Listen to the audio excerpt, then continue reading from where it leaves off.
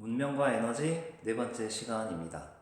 우리가 전 시간에 공부한 내용에 따르면 전기 에너지라는 것을 효율적으로 수송하기 위해서는 전압의 크기가 자유자재로 바뀌어야만 했어요. 보낼 때는 전압을 높게 걸어줘야 되고 이거를 수신할 때에는 적당한 양으로 줄여줘야 했다는 거 공부했습니다.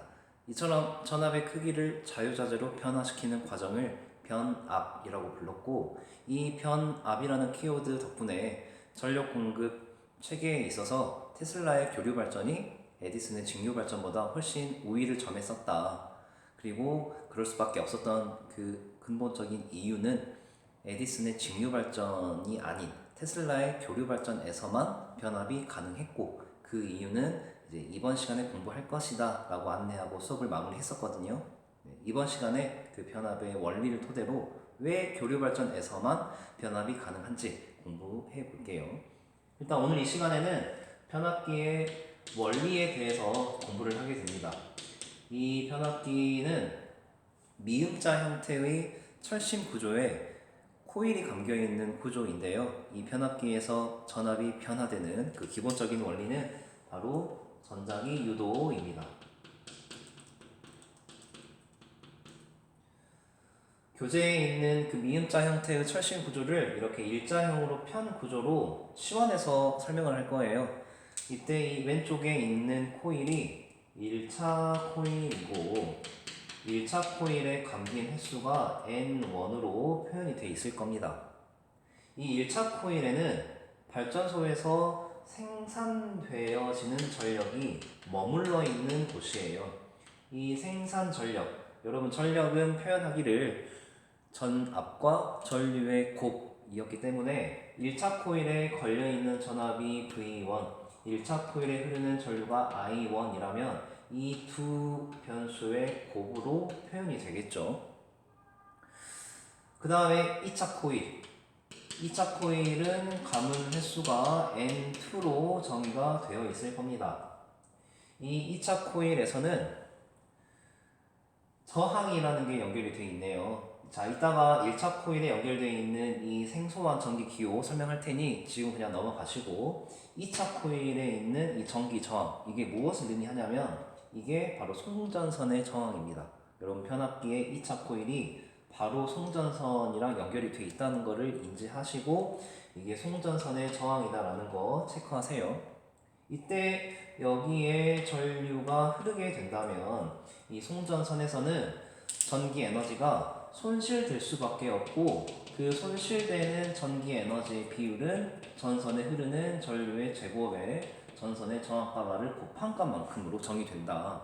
따라서 우리의 관심은 이 손실 전력을 줄이기 위해서 우리가 선택할 수 있는 최선은 전 시간에 공부한 내용에 따르면 이 전류의 세기를 줄이는 거였어요.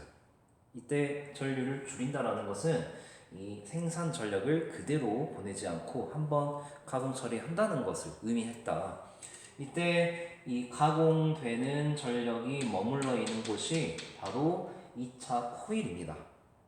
이때 가공되는 전력은 역시 2차 코일에 걸리게 될 전압의 크기를 V2라고 하고, 여기에 흐르는 전류를 I2라고 한다면 이 전압과 전류의 곱으로 표현이 돼요.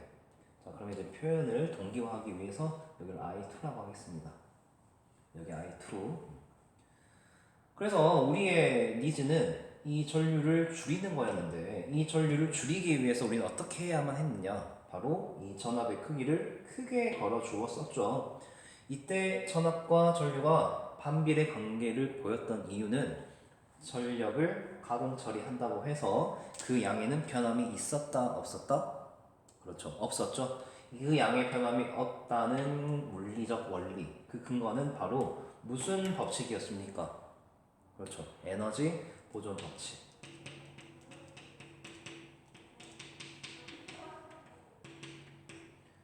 따라서 전압을 크게 걸어주게 되면서 전류가 줄어들게 되고 그로 인해 손실 전력이 줄어드는 것이다. 그러면 어떤 과정을 토대로 이 전압의 크기가 커지는지 이걸 본격적으로 알아보도록 할게요. 자, 1차 코일에 이렇게 전류가 흐르게 되면 1차 코일에 흐르는 전류가 이 주변에 무엇을 형성합니까? 그렇죠. 자기장. 이 1차 코일에 흐르는 전류가 만드는 자기장이 2차 코일이 있는 곳에게까지 영향을 미쳐요. 이때 이 자기장은 1차 코일에 흐르는 전류가 만드는 자기장이기 때문에 B1이라고 하겠습니다.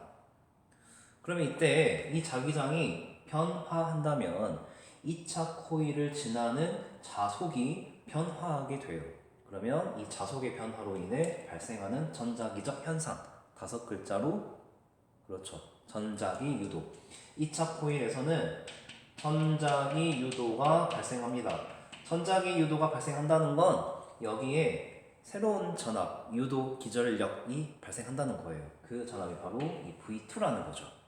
이때 전자기 유도에 의해 발생하는 전압, 이 유도 기전력의 크기는 패러데이 법칙에 따르면 코일의 감은 수와 시간에 따른 자속의 변화율의 곱으로 정의가 되고 그 방향은 자속의 변화를 방해하는 방향이었습니다. 따라서 이 식의 구조상 2차 코일에 걸리게 될 전압의 크기는 그 2차 코일을 감은 횟수 N2에 비례할 수밖에 없어요. 따라서 발전소에서 생산되는 전기 에너지를 보낼 때 고 전압을 원한다면 2차 코일의 감은 수가 1차 코일의 감은 수보다 그렇죠. 많아야겠죠? 따라서 코일의 감은 수가 많아지게 되면 전압이 더 커지게 되고 그로 인해 전류가 줄어들게 되고 전류가 줄어들면서 손실 전력이 줄어든다. 이런 관계가 성립이 되는 겁니다.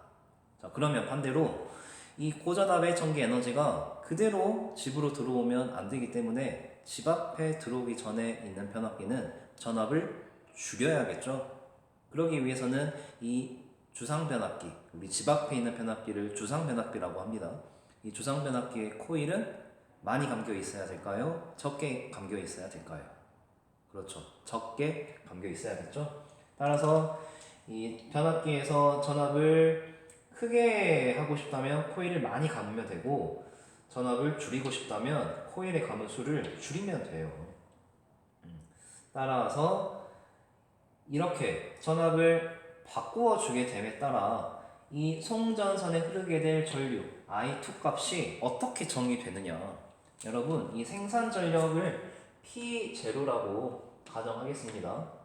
P0. 그러면 이 송전선에 흐르게 될 전류값 I2는 보낼 전력 P0를 송전시켰을 때의 전압값을 나눈 값만큼 정의가 돼요. 따라서 송전선에 흐르게 될 전류값 I2는 보낼 전력과 송전했을 때의 전압값으로만 정의가 되는 물리량입니다. 네. 이렇게 정의했고요. 결론적으로 이 발전기의 각 코일에 발생하는 물리량들의 관계를 다음과 같은 분수식으로 표현할 수 있어야 돼요.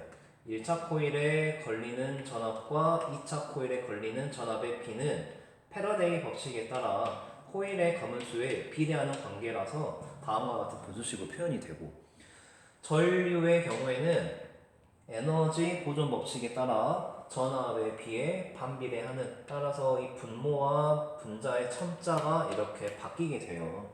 다음과 같은 관계식을 꼭 기억하십시오. 이걸 이용해서 문제를 많이 풀어갈 겁니다. 자, 그러면 이제 교류 발전에서만 변압이 가능한 이유 볼게요. 아까 봤었던 변압기 그 미음자형 철심을 일자형으로 편 형태입니다. 교류와 직류의 차이를 여러분이 말할 수 있어야 돼요. 일단 직류의 경우에는 우리가 흔히 볼 수 있는 건전지가 바로 직류 전원입니다. 이렇게 기호를 건전지 기호로 표현을 하면 이거는 직류 전원이구나. 이 직류 전원 연결하면 어쨌든 얘가 전압 역할을 하기 때문에 이 코일에 전류가 흐르게 돼요.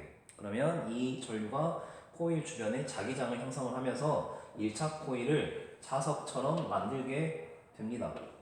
이때 직류 전원의 특징은 전류의 크기와 방향이 또는 전압의 크기와 방향이 하나의 값으로 고정이 되어 있어요.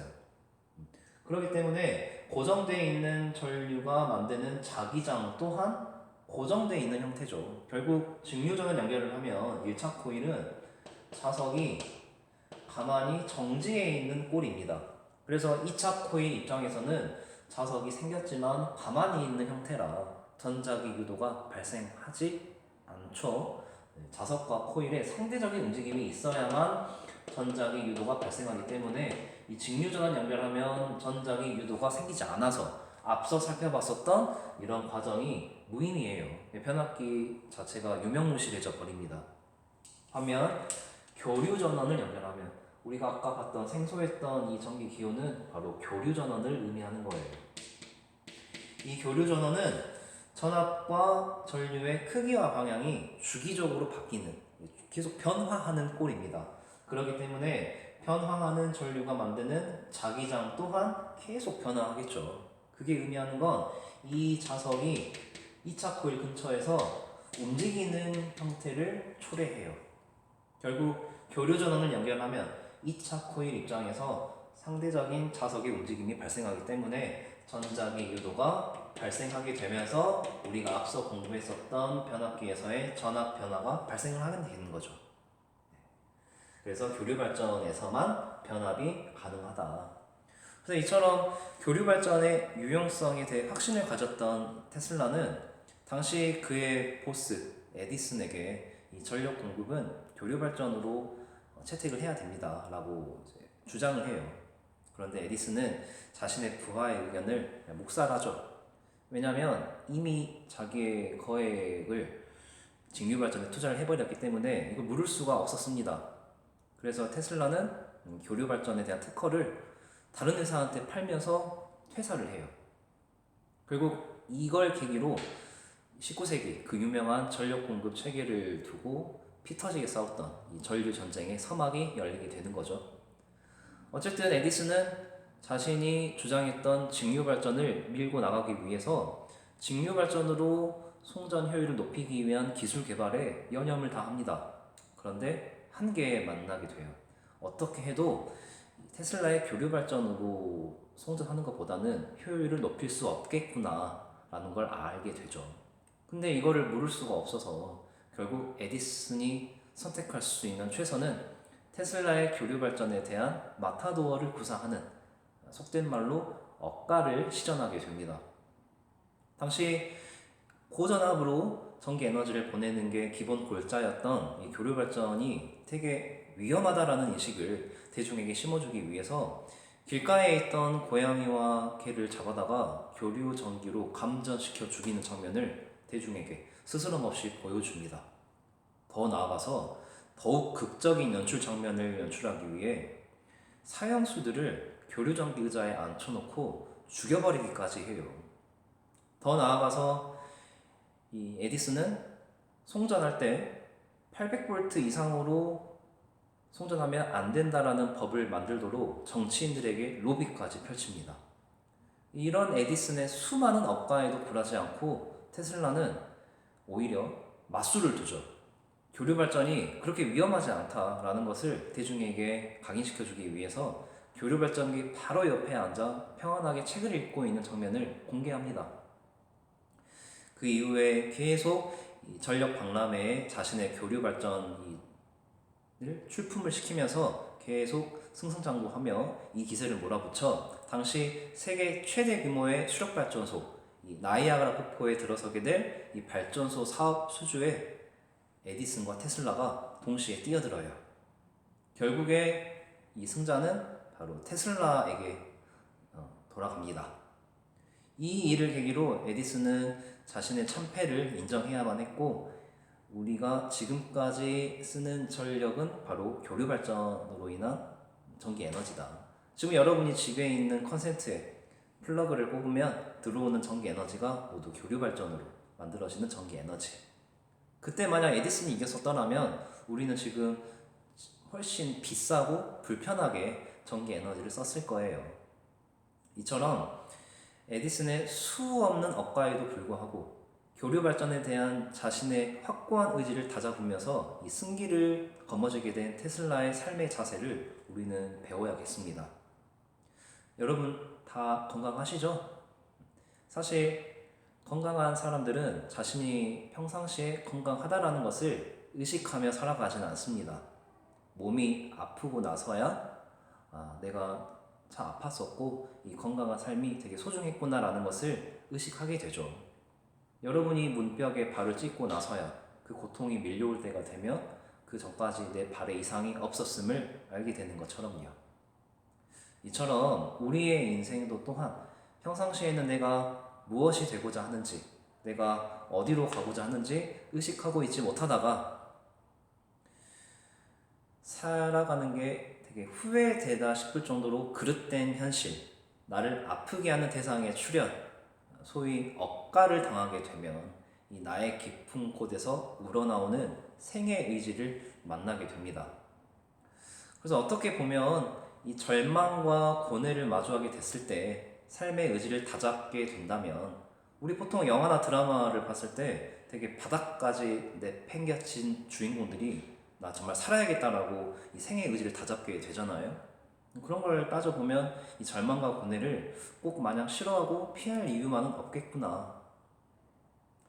에디슨의 수없는 억가에도 굴하지 않고 이 교류 발전에 대한 자신의 의지를 지켜가며 이 승기를 다잡았던 테슬라의 자세를 토대로 우리 역시 살아가면서 수없이 만나게 될 이 억가에 굴하지 않는 자세를 갖추길 바랍니다.